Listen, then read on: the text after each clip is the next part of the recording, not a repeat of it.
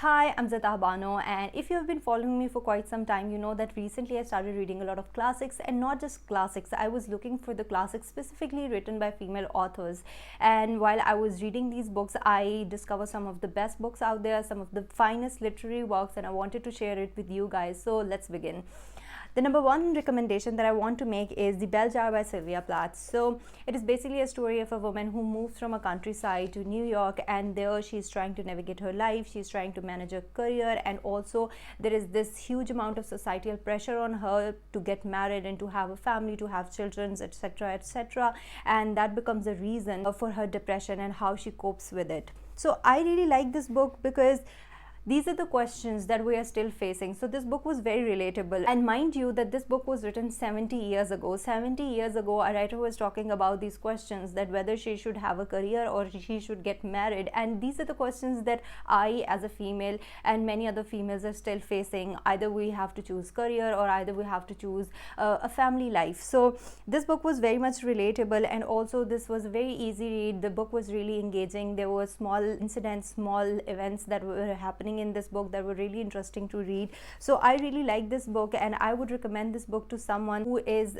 a student of gender studies, who wants to read more of feminist literature, because know that this is Sylvia Plath as an individual, and then her literary work has a very respectable place in feminist literature. So if you are interested in understanding feminist literature and the history of feminist literature, then you should definitely go for this book, The Bell Jar by Sylvia Plath.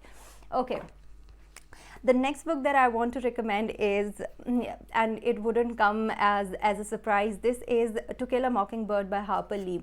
So this book I started reading again. I have read this book I think 5-6 years back, and back then I used to make a mistake. When I would start reading a book, I wouldn't research about that book. So a lot of classics that I read back in the time, I couldn't really understand them because I did not know the context of those books. So when I read To Kill a Mockingbird for the first time, I did not like it because racism, segregation, discrimination, racial discrimination is not something that I can relate to, is not something that I have experienced. But recently I started taking more and more interest in the subject, and when I started rereading it, I really enjoyed this book, and I am somewhat in the middle of this book right now.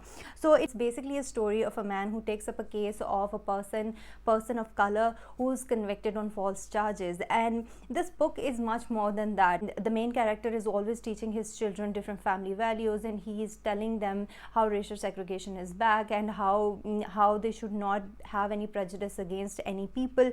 So I am really enjoying this book. The first time I read it, I did not enjoy it, but now I understand the context, and I understand that racism and racial segregation and racial discrimination is a real problem.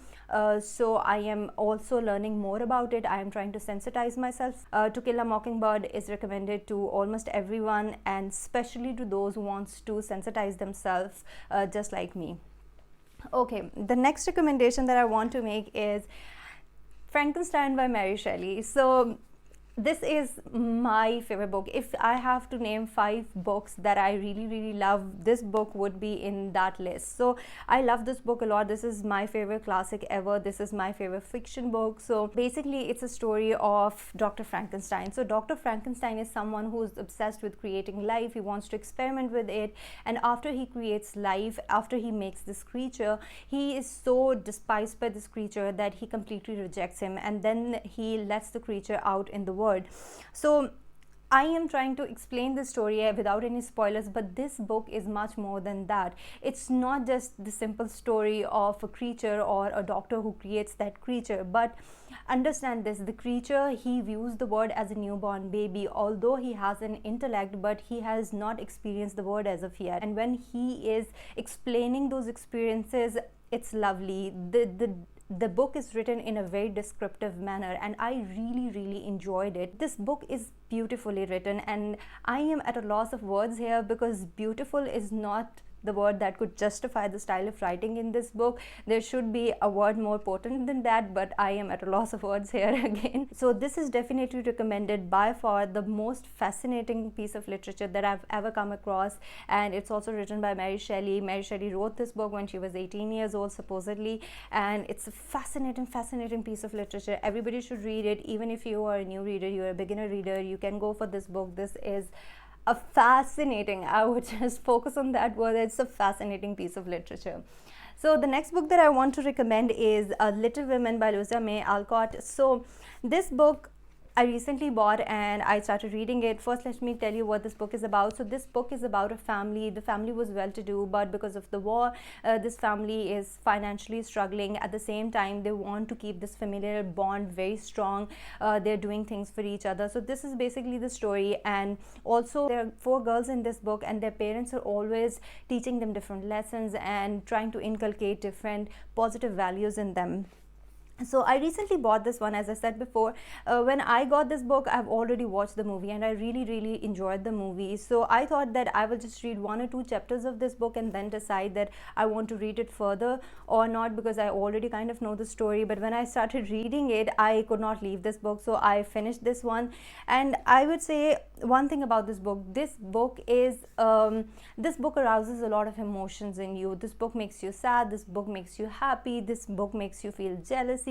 All the different emotions that you have, this book arouses those in you. And also as I said before, that the parents, they're always trying to teach their girls, their little women, different lessons and different values. So you get to learn these values along with them. And this is the kind of book that, you know, when you start reading a book, or when you start watching a TV series and you get attached to it, and after it's finished you just sit there and you wonder, what am I supposed to do with my life now, because you get so much attached to these characters. So I got really attached to this book. I really love the personalities of the Little Women.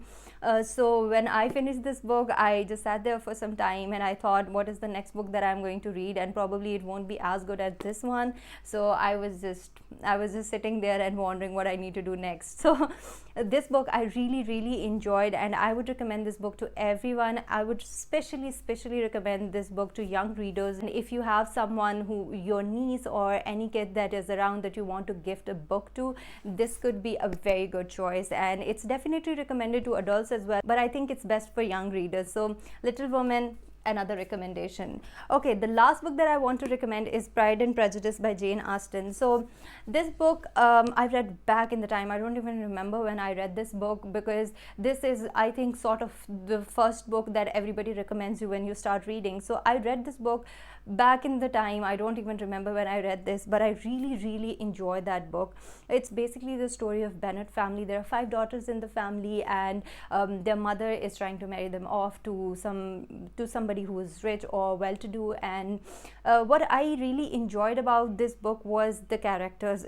Of course, the characters. I think the main character, Elizabeth, was very flamboyant. At the very same time, she was very opinionated, and her manner through which she was flirting with her love interest, Darcy, that was also very fascinating. And the kind of conversations that they were having, I found it the most fascinating thing ever. And back at that time, when I was also very young, I really enjoyed the kind of romance that they had. And also, I think this book is the kind of book which made me chuckle. And there are not a lot of books which make you laugh. You do smile a little while you're reading a book, but this book made me laugh, because I remember the father, Mr. Bennet, he had a remarkable sense of sarcasm. He was also so sarcastic. Whenever somebody would ask a question or something was happening, he always had a very sarcastic response to everything. So that was really funny to read. So I definitely enjoyed this book, and I would recommend this book to anybody, but especially to moderate readers, because I think it's a lengthy book. It's around 400 pages, and I don't think the beginners have that kind of patience, not just patience but also attention span to read this book. But definitely recommended for beginners, and also someone who's looking for fiction reads that are written by female authors. So yeah, that's about it. These were the books that I wanted to recommend. See you next time with another list.